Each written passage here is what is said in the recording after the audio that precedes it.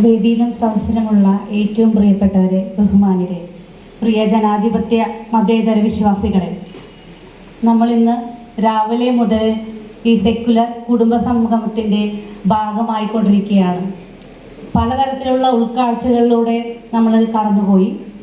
ഇതിലെല്ലാം മുന്നിട്ട് നിൽക്കുന്ന ഏറ്റവും വലിയ ഒരു വെല്ലുവിളി എന്ന് പറഞ്ഞാൽ നമ്മുടെ ഇന്ത്യയുടെ സെക്യുലറിസമാണ്. അത് മതനിരപേക്ഷതയാണ്, മതാതീതമായിട്ടുള്ള ആ നിലനിൽപ്പാണ് എന്ന് നാം കണ്ടു കഴിഞ്ഞു. പിന്നെയും അത് പ്രഖ്യാപിക്കേണ്ട ഒരവസ്ഥയിലൂടെയാണ് ഒരു ഇന്ത്യൻ ജനാധിപത്യ മതേതരത്വം കടന്നു പോകുന്നത് എന്നുള്ളത് നമ്മളെ ഏവരെയും വേദനിപ്പിക്കുകയും അതിലേറെ ഭീതിപ്പെടുത്തുകയും ചെയ്യുന്ന ഒരവസ്ഥയാണ്. 47 വർഷങ്ങൾ പിന്നിട്ട്, അതായത് 1949 നവംബർ 29 ഇന്ത്യയുടെ പ്രിയാമ്പിളിൽ സെക്യുലറിസം, സോഷ്യലിസം എന്ന ആശയങ്ങളെ അഡോപ്റ്റ് ചെയ്യുകയും 1950 കൗമ്പായി മാഷ് സൂചിപ്പിച്ചതുപോലെ ഇന്ത്യ ഒരു പരമാധികാര റിപ്പബ്ലിക്കായി മാറുകയും അത് നടപ്പിലാവുകയും ചെയ്തു. എന്നിരുന്നാലും ഇപ്പോഴും ഇത്തരത്തിലുള്ള സംഗമങ്ങൾ ആവശ്യമായി വരുന്നത് അതിന് വലിയ തോതിലുള്ള വെല്ലുവിളികൾ നേരിടുന്നതുകൊണ്ടാണ്. അതുകൊണ്ട് തന്നെ ഇത്തരത്തിലുള്ള സെക്കുലർ സംഗമങ്ങളും അതിനെതിരായിട്ടുള്ള പ്രവർത്തനങ്ങളും അത്രയേറെ കാലിക പ്രസക്തിയുള്ളതാണ് എന്ന് ഓർമ്മിപ്പിക്കുന്നു. എന്നിൽ നിശ്ചിതമായിട്ടുള്ള കടമയിലേക്ക് ഞാൻ കടക്കട്ടെ. നമ്മുടെ സെക്കുലർ പ്രഖ്യാപനമാണ് എനിക്ക് അവതരിപ്പിക്കാനായിട്ടുള്ളത്. നമുക്കറിയാം, എന്നെ മുന്നിൽ സംസാരിച്ച മുഴുവൻ ആളുകളും പറഞ്ഞുകൊണ്ടിരുന്ന ഒരു വലിയൊരു അവസ്ഥ എന്ന് പറഞ്ഞാൽ ഫാസിസം എന്നുള്ളത് തന്നെയാണ്. നമുക്കറിയാം, ആ ഒരു അധിനിവേശത്തിൻ്റെ അല്ലെങ്കിൽ ഒരു ഫാസിസത്തിൻ്റെ ഒരു വലിയ കടന്നുകയറ്റം നമ്മുടെ മതനിരപേക്ഷതയ്ക്ക് ഏറ്റവും വലിയ വെല്ലുവിളിയായിക്കൊണ്ടിരിക്കുകയാണ്. ഫാസിസ്റ്റുകൾ കാണുന്നത് ഒരു ജനതയെയല്ല, അവർക്ക് ആവശ്യം ഒരു ഏക ശിലാ ബിംബ ആരാധനയുള്ള പ്രജകളെയാണ് എന്നുള്ളതാണ് ഇതിനെ വേർതിരിച്ചു നിൽക്കുന്നത്. അതായത് ഒരു പൗരനെയല്ല അവർക്ക് ആവശ്യം, അവർക്ക് ആവശ്യമുള്ളത് അവർ പറയുന്ന ആശയങ്ങൾ പ്രാബല്യത്തിൽ വരുത്തുന്ന ഒരു ജനതയെയാണ്, പ്രജയെയാണ്, അടിമകളെ പോലെ ചിന്തിക്കുകയും പ്രവർത്തിക്കുകയും ചെയ്യുന്ന സ്വത്വബോധമില്ലാത്ത ആളുകളെയാണ്. ഈ ഫാസിസത്തിന്റെ അധിനിവേശം ഇന്ത്യൻ സമൂഹത്തെ ഒരു ദശകത്തിലായി കീഴടക്കിക്കൊണ്ടിരിക്കുന്ന ഈ ഒരു അവസ്ഥയിൽ ജനാധിപത്യ സംസ്കാരത്തിന്റെ ശക്തി കേന്ദ്രമായ കേരളത്തിലും അതിൻ്റെ പ്രവണതകൾ ശക്തമായി വളരെയധികം ശക്തിപ്പെട്ടു വരികയാണ്. കേരളത്തിന്റെ സാമൂഹിക ഘടന വളരെ ഉൽപ്പതിഷ്ഠതാപരമാണെന്ന് നാം കരുതിയിരുന്നു. എന്നാൽ ഈ അടുത്ത കാലത്തുണ്ടായ പല സംഭവങ്ങളും അതിൻ്റെ പ്രകൃതിയെ തകർക്കുന്ന ഒരവസ്ഥയാണ് നമ്മൾ കണ്ടുകൊണ്ടിരിക്കുന്നത്. അതിലാദ്യത്തേതായി സഹോദര സ്ഥാനത്ത് നിന്ന് ഒരു തൊഴിലന്വേഷിച്ചു വന്ന രാംനാരായണനെ ആൾക്കൂട്ടക്കൊല ചെയ്ത സംഭവം നമ്മൾ കാണുകയുണ്ടായി. കേരളം അതിനോട് പ്രതികരിച്ചത് അതൊരു കേരള സമൂഹം പ്രതികരിക്കേണ്ട രീതിയിലായിരുന്നു എന്നുള്ളത് ഒരു വലിയൊരു യാഥാർത്ഥ്യവും ഒരു ഞെട്ടിക്കുന്ന ഒരവസ്ഥയാണ്. രണ്ടാമതായി, കേരളത്തിൽ നമ്മുടെ ആചാരവാദികളുടെ പക്ഷത്ത് കൂടുതൽ ആളുകൾ ചേർന്ന് വരുന്നു. അത് ഒരു ഉത്കണ്ഠപ്പെടുത്തുന്ന ഒരവസ്ഥയുണ്ട്. ത്രിതല പഞ്ചായത്ത് തിരഞ്ഞെടുപ്പിൽ ചില രാഷ്ട്രീയ പാർട്ടികൾ സ്ത്രീകളോടുള്ള സമീപനം നമ്മൾ എങ്ങനെയാണ് എന്നുള്ളതും കണ്ടുപോയതാണ്.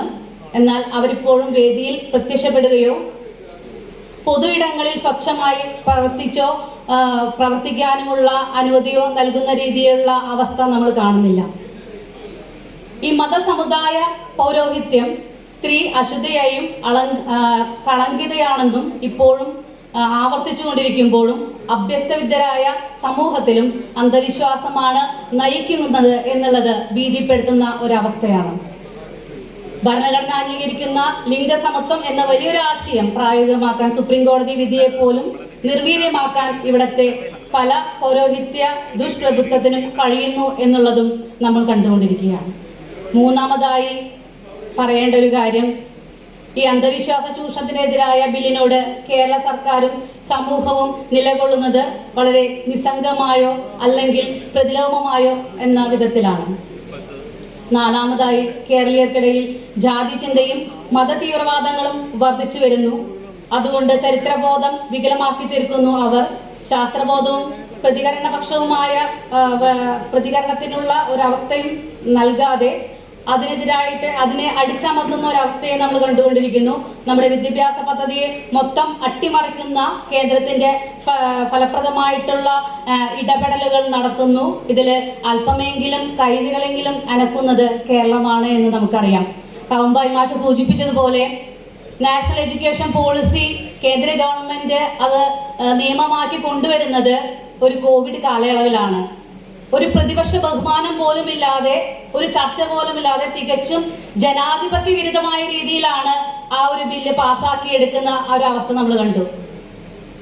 അടി മുതൽ മുകളിലെ ഏറ്റവും അറ്റം വരെ മുഴുവൻ സംവിധാനങ്ങളും നിയന്ത്രിക്കാനുള്ള അധികാരം കയ്യിലാളുമ്പോൾ ബാക്കിയുള്ളവരെ നോക്കുകുത്തികളായി ഇത്തരം കാര്യങ്ങൾ ചെയ്തു പോകുന്ന അവസ്ഥ നമ്മൾ കണ്ടുകൊണ്ടിരിക്കുകയാണ്.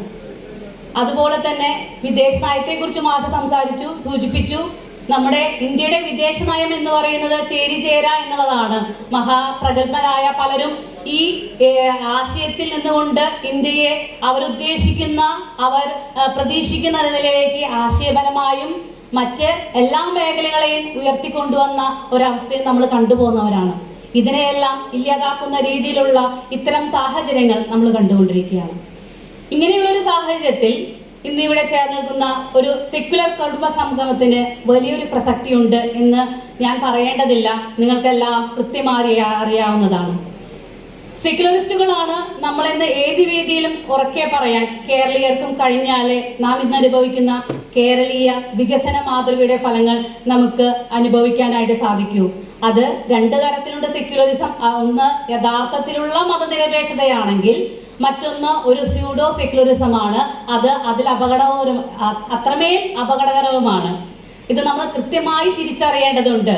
ശരിയായ സെക്യുലറിസത്തിലാണ് ഈ പറയുന്ന ജാതി മത വർഗ വ്യവസ്ഥകളും ഒന്നുമില്ലാതെ എല്ലാത്തിനെയും ഒന്നായി ഉൾച്ചേർക്കാനുള്ള വലിയൊരു ആശയവാദം നിലനിൽക്കുന്നത്.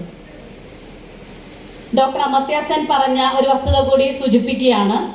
ഇന്ത്യ ഇന്ന് നാം അനുഭവിക്കുന്ന തീക്ഷ്ണമായ രാഷ്ട്രീയ സാഹചര്യത്തെ ചെറുത്താൻ കേരളം അതിൻ്റെ മതനിരപേക്ഷത, അതായത് ആ മതനിരപേക്ഷ ബദൽ മുന്നോട്ട് വെച്ചുകൊണ്ട് മുന്നോട്ട് വയ്ക്കണം എന്നുള്ളത് അദ്ദേഹം പ്രസ്താവിക്കുന്നുണ്ട്. ഇതിൻ്റെ അടിസ്ഥാനത്തിൽ കേരള സർക്കാരും പൊതുസമൂഹവും ഒരു കർമ്മപരിപാടിയുമായി മുന്നോട്ട് വരേണ്ടതുണ്ട്. ചില കാര്യപരിപാടികൾ കേരള സമൂഹം ഉയർത്തിപ്പിടിക്കണമെന്നും കൂടി ഇതിൻ്റെ പ്രഖ്യാപനത്തിൻ്റെ ഭാഗമായി ഞാൻ അഭ്യർത്ഥിക്കുകയാണ്. അതിൽ ഒന്ന് രണ്ട് ആശയങ്ങൾ മുന്നോട്ട് വയ്ക്കാനുള്ളത്, ഒന്ന് കേരളത്തിലെ ലൈബ്രറികൾ സെക്യുലർ പുസ്തക കോർണറുകൾ സ്ഥാപിക്കുക എന്നുള്ളതാണ്.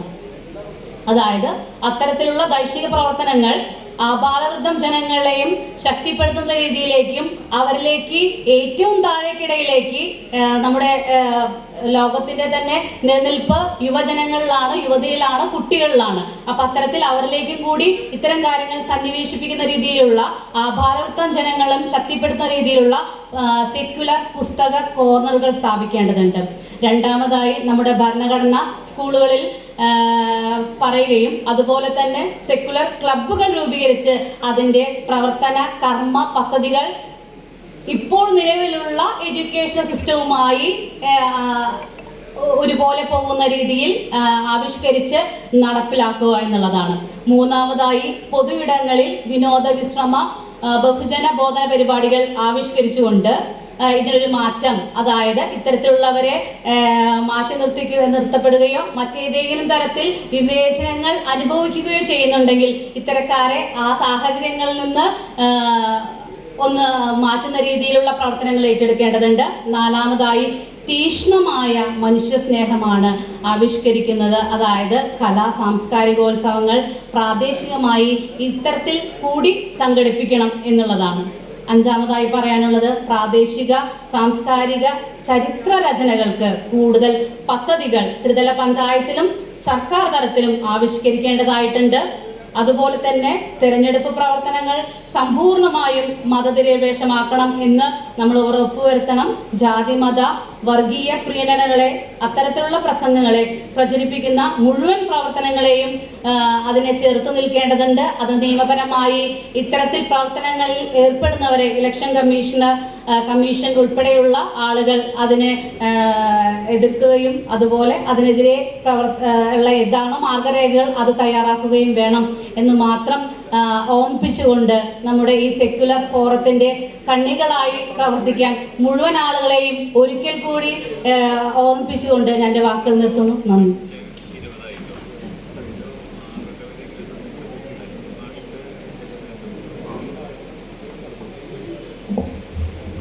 നമ്മുടെ പ്രിയപ്പെട്ട ധർമ്മരാജ മാഷ് ഇവിടെ ഉണ്ട്. അദ്ദേഹത്തിന്